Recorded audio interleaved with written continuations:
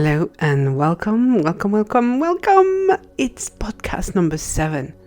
I've been waiting for this one, I've got to say. In the Being Authentic series, every podcast can be listened to individually, but this series is really progressive. It goes from 1 to 9, presenting the work, the research that has had the most powerful influence on my own process, and is the work that I teach, I share with my students. So today we are going to be talking about emotions. We have set the scene. We have laid the plans with all the other podcasts explaining about our state of being, explaining about circumstances, looking at the outer world, looking at our vibrational world, how we are in a world of energy. This has been the objects of numerous experiments and is what Albert Einstein opened the door to. Everything is energy in this universe. When you look at the world through that filter, everything makes sense. There's no coincidence. There's no mistake. And there is a potential individual perception of polarity, but within the bigger picture, there is the positive, there is the negative. Neither are the answer. So where do we start? Emotions, my dear friends, emotions. I'm just going to read the beginning of something I wrote a few weeks ago. This world is energy. Everything is energy, and so are you. What does it mean? It means that you are so much more than what you think you are. And actually, what you think you are, what you believe you are, what you feel you are, is exactly who you are. Yes, your thoughts have power. They have the power to create worlds. That's how powerful you are. Just breathe that in. Breathe that in. This is what we're going to explore in the last 3 podcasts of this series. Being authentic is having the courage, having the desire, the higher level desire to align with what resonates as truth for you. Letting go of what the outer world reality might bring your way. And it changes everything. Yes, it changes everything. And how you can monitor, how you can assess where you're at is through your circumstances, as we've explained so many times. But it is as well through your emotions. And this is where we have the magical, powerful strategy of using the emotions in the right way. Right from an early age, we have been structured into a paradigm. What is good? What is bad? What is right? What is wrong? This paradigm is an old paradigm that we're moving away from. And we're entering a new paradigm. I've already spoken about it. The paradigm of just not going through the hierarchical stages, but more about acknowledging the present moment as the only truth. This is where I'm at right now. Somebody else next to me might be a bit more advanced, but it doesn't make me lesser than, doesn't make the other one better than. We're just different. We're just at the different stage. But obviously, the main way into navigating how we feel, how we react or not, how we attach or not, how we discern or not what is going on in the world or within ourselves is the emotions that we feel. And there's so many ways to look at them.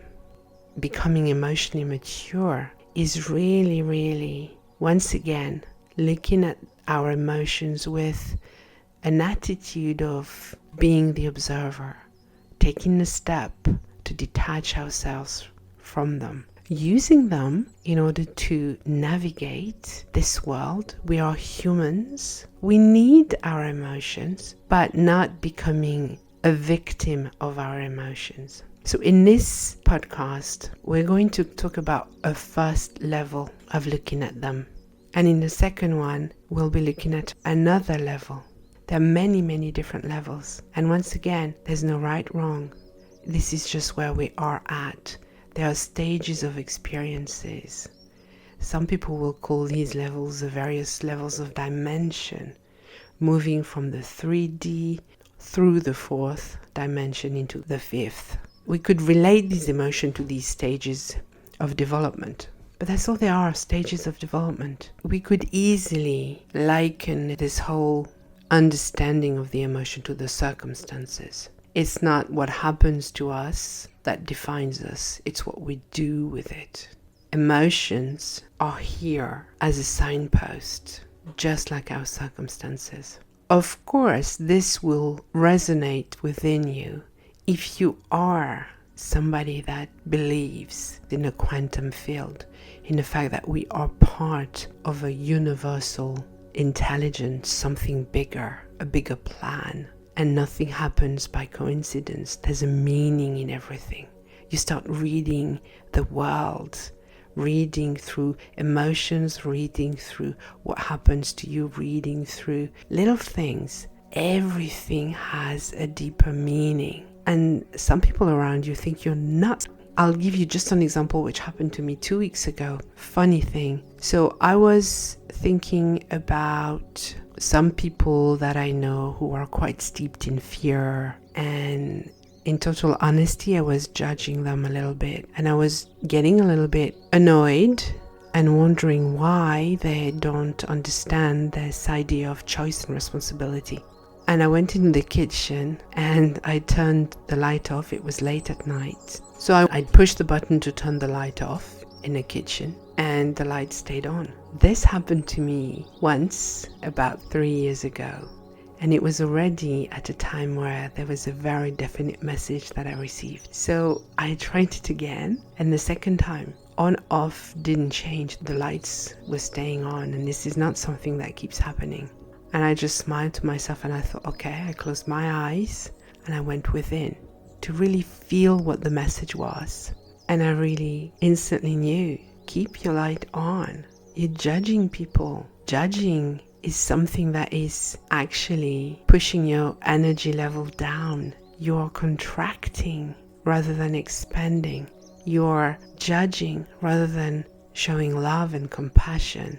You are feeling a division rather than feeling unity and understanding. You are going into the old paradigm of I'm better and they're lesser, rather than understanding that we're all where we're meant to be. And it was so profound.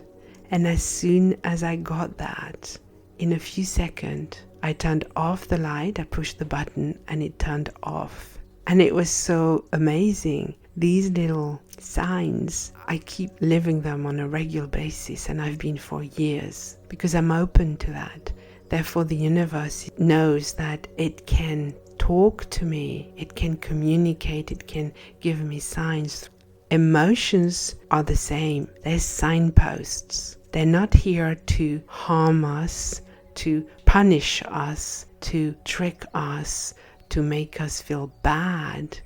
When we understand there's a reason we feel them and there's a meaning behind, and when we agree to work and be in the flow of that system, we open up to a different way of dealing with them, which really empowers us. It's so beautiful. I'm not saying it's easy. I've said it before, not always easy. I will read another quote. I love quotes by Marianne Williamson. It takes courage to endure the sharp pains of self-discovery rather than choose to take the dull pain of unconsciousness that would last the rest of our lives. I think that says it all. Walking the path of mastery takes courage, expects us to slow down, to detach ourselves from what happens to us, to understand it's all happening for a reason. Understand that there are no mistakes in this universe. Understand that in order to know myself, I have to find out what is not me. It's very profound and it's not always comfortable. So, do our emotions serve us? Yes, but how? Many people will say that negative emotions are in the way of their happiness and fulfillment. So to initiate their process on an easy level, we can reiterate that emotions are vital. You couldn't survive, connect, and empathize without emotions in this world. They're essential for our self-preservation in times of danger, stress, traumatic events on this planet, in our physical and emotional bodies. The only problem is that most people don't know how to recognize, understand, and use emotions optimally because they're a signal. Negative emotions are signals that we are out of balance, and that's all there would be if we didn't become too involved in them, or even worse, identify to them. That is the key, the secret, the mystery. We identify to our emotions, and sometimes for a lifetime. We are not our emotions unless we choose to identify with them consciously and unconsciously. There's nothing personal about them, nor do they have to be permanent or pervasive. The rule of the 3 Ps. When we're stuck in an emotion or an emotional reaction to something outside of ourselves, you can bet you take it personally, you're seeing it as permanent, and you're making it pervasive, as in it pervades all the different areas of your life.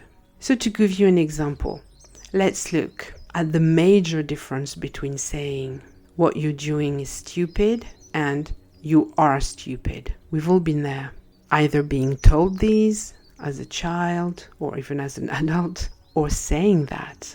Many of us can understand this on a rational level, yet when we have an experience that triggers a negative emotion, we tend to feel it so strongly that we remain stuck in the emotional brain, and we tend to see its effect as if it were ours.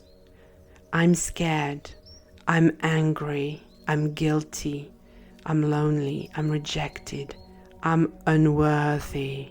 We'll take time to talk about this one because that's a very familiar one.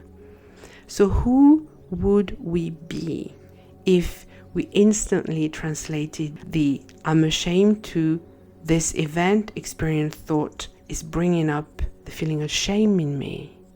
See, it's a very, very different feeling. I'm worried, transformed into this event, experience, or thought is bringing up the feeling of worry in me. Or I'm guilty into this is bringing up the feeling of guilt in me. I'm lonely, this is bringing up the feeling of loneliness in me. Rejected, this, when we say this, it's the event, the experience, or the thought.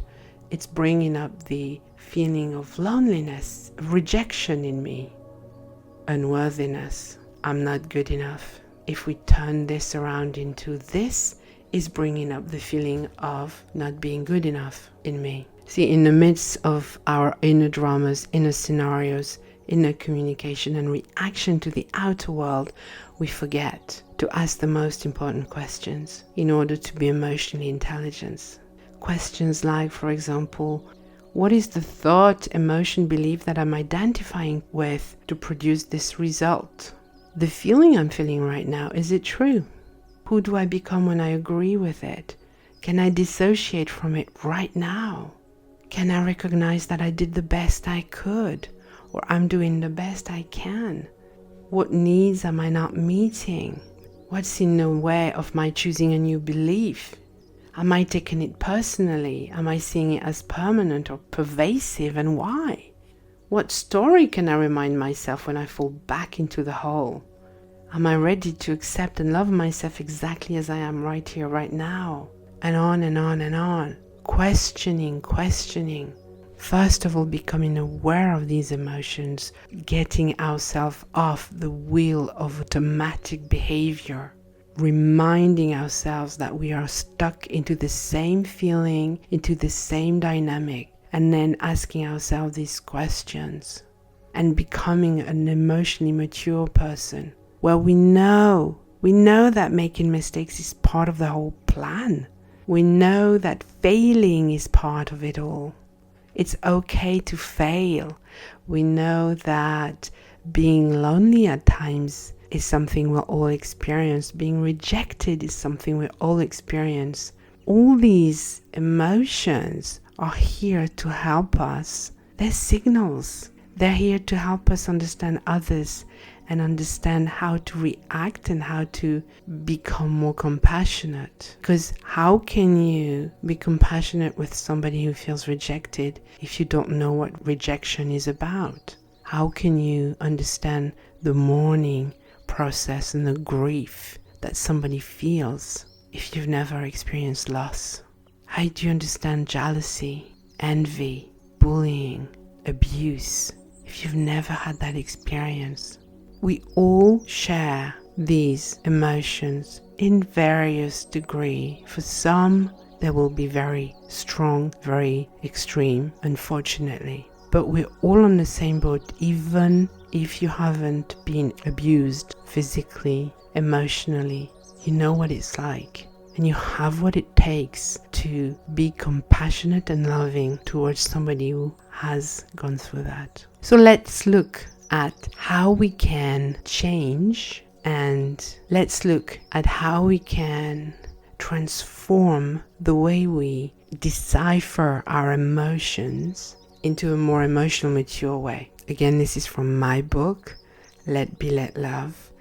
I have a whole table with many emotions that I really took pleasure in writing because it pushed me beyond my comfort zone.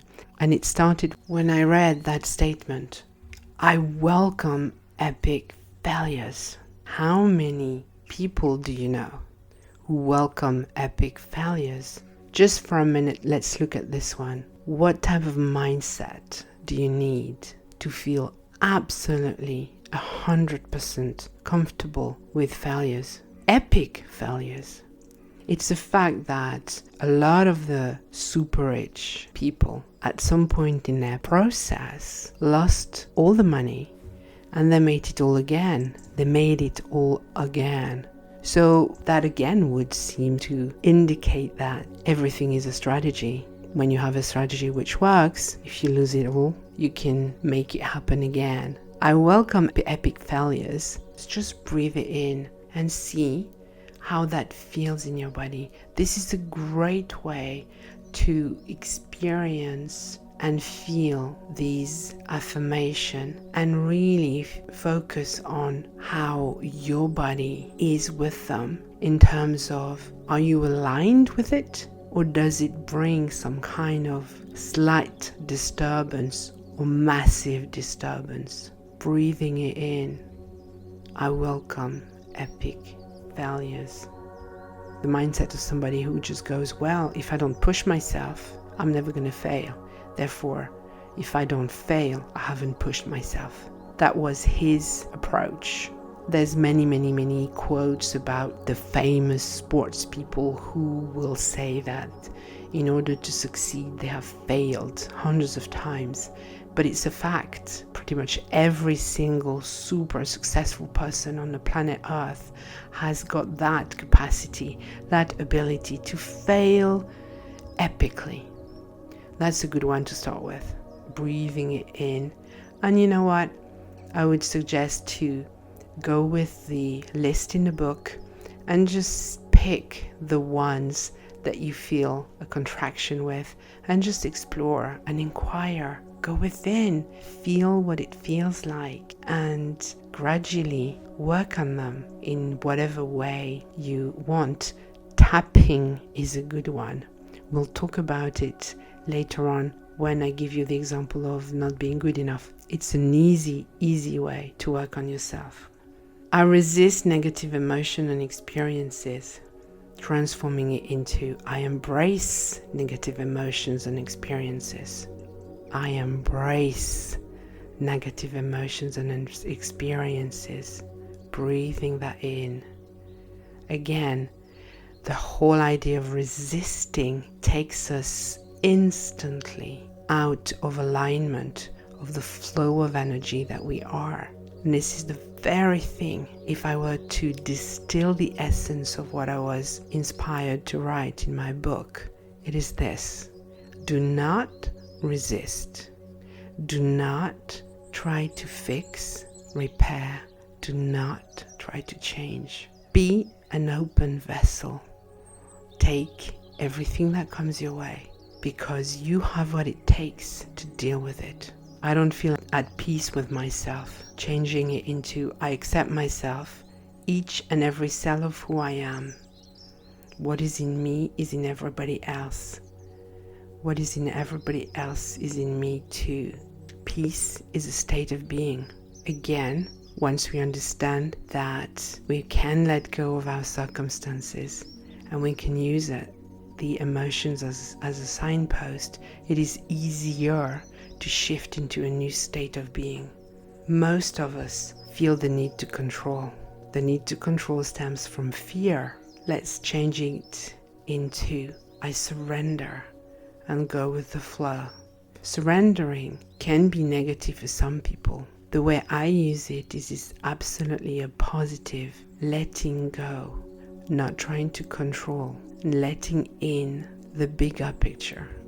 This infinite intelligence, co-creating a world with something bigger than us, which is the very reason we were born, the very reason we were created, and the essence from which we were created. Everything that happens to us happens for a reason. Again, it's fine. Not everybody's ready or willing to accept that, but when you are, it transforms everything. Doesn't mean that tragic circumstance will not happen to you, but that tragic circumstance will be viewed from a different experience. Your partner leaves you. You don't turn into a maniac who tries to destroy him or her and then blame him or her for the misery that you live. It's fine if you do. I'm not saying it's wrong to do that, but it's much more empowering to accept, understand, let go, and grow from it. You go through loss, feel the grief, and focus on what that person brought into your life, the good moments, and know that if you believe it's in the quantum field, you will join him or her again, rather than live a life of misery, feeling abandoned. You go through a disease and you decide that there's a lot that you will do, you can do to help your body heal. And you go bigger. You look at the bigger picture and try to understand what's going on. What is causing this? What is my body trying to tell me?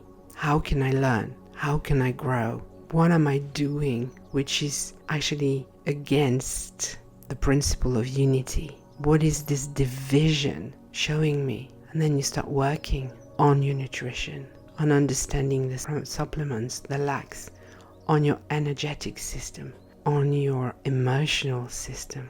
And you bring all that into a strategy, an approach which you feel absolutely in tune with. And that doesn't mean there won't be any dark nights of the soul, because probably there will be. But when you do that, you take yourself from the victim position into the driver's seat. I am going to find a way. I am going to find a resolution. And I trust that I am guided. I trust that life supports me. And I trust that there's a way. Another one, a big one. Obviously, we've spent a lot of time on this one. Circumstances in the outside world determine my life. Again, majority of people will say yes to that. Well, by now, being an emotionally mature person, you will absolutely feel aligned with my inner world determines my life. My state of being determines my life. I live my life from the inside out. I'm afraid to take massive action, transformed into I'm happy to take massive actions, because you know what? If I fail, welcome epic failures. It's fine. Failing doesn't determine me unless I identify with that, unless I believe it does. Sometimes it's just bad luck. Sometimes it doesn't even mean you're not good enough. It's just not meant to be.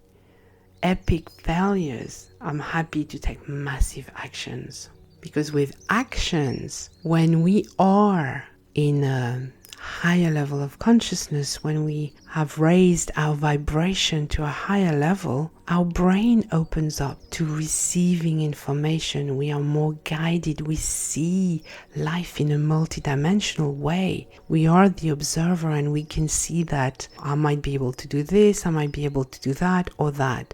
There's many ways happening, A, B, C, D. None are better or worse than the other. They might lead us to some different results. Who knows? Trust and surrender to life. Amazing. In the same way, I'm afraid to take risks. We change to I love to take risks. I'm afraid I'd be rejected. I allow others to own their personal thoughts about me. I celebrate differences and variety in my world. I know that if somebody rejects me, it has nothing to do with me. I am just a reflection. I've been emotionally abandoned into. Life can be challenging. That's part of being human. I'm learning to love myself. I now develop a deeper relationship with myself and reconnects all the parts of who I am with love. I feel love within and share it. I allow myself to be of service to others. I don't have enough courage. Courage is about doing what is not always comfortable. It has nothing to do with skill. Breathe that in. It's amazing. It is a practice, just like happiness, just like anything else. I can become comfortable being uncomfortable. Yes, love this. Life sucks. Transform it into, it's a miracle to be alive. What I focus on becomes my reality. You could say that this is a positive one. I think a higher version of this would be my reality is how I interpret my experiences that are labeled positive and or negative. And it's totally what we've been working on through all the podcasts. And there's so many more. But I'm going to stop here. I'll carry on in the next one. I really, really hope, and this is my deepest wish, that you are starting to understand how you can use your emotions rather than your emotions using you. Just like we can use the outside world rather than the outside world using us. We haven't been empowered into behaving this way, into seeing the world this way. But this is the new world that is being shaped. And with every single person that turns on his or her light, we are already building the scene, the stage for a better world. Emotions, just like circumstances, just like happiness and other things, are just there to show us the way. We have to free ourselves from the matrix of victimization, where we really are stuck in believing that things happen to us. We are so powerful. The emotions, they're the energy that push us into creating miracles. We'll explain that in the last one in a deeper way. So please, until next time, start becoming aware of these emotions that you're feeling on a regular basis, and specifically the one that are very, very familiar and uncomfortable, and just be with them, honor them, celebrate them. Don't try to run away from them anymore. Don't try to change them, to fix them. Just allow them to be. Slow down, breathe into them. Go deep within you. And again, try to let your inner intuition, your inner guidance show you what they mean to you. with discernment. Allow, allow, allow. Just know that we're all doing the best we can. All doing the best we can. How about that? That's amazing to understand this and to start living life from this level. I'm sending you vibrational hugs, lots of love, and I'll be talking to you soon. Namaste. Have a beautiful day, afternoon, evening, night.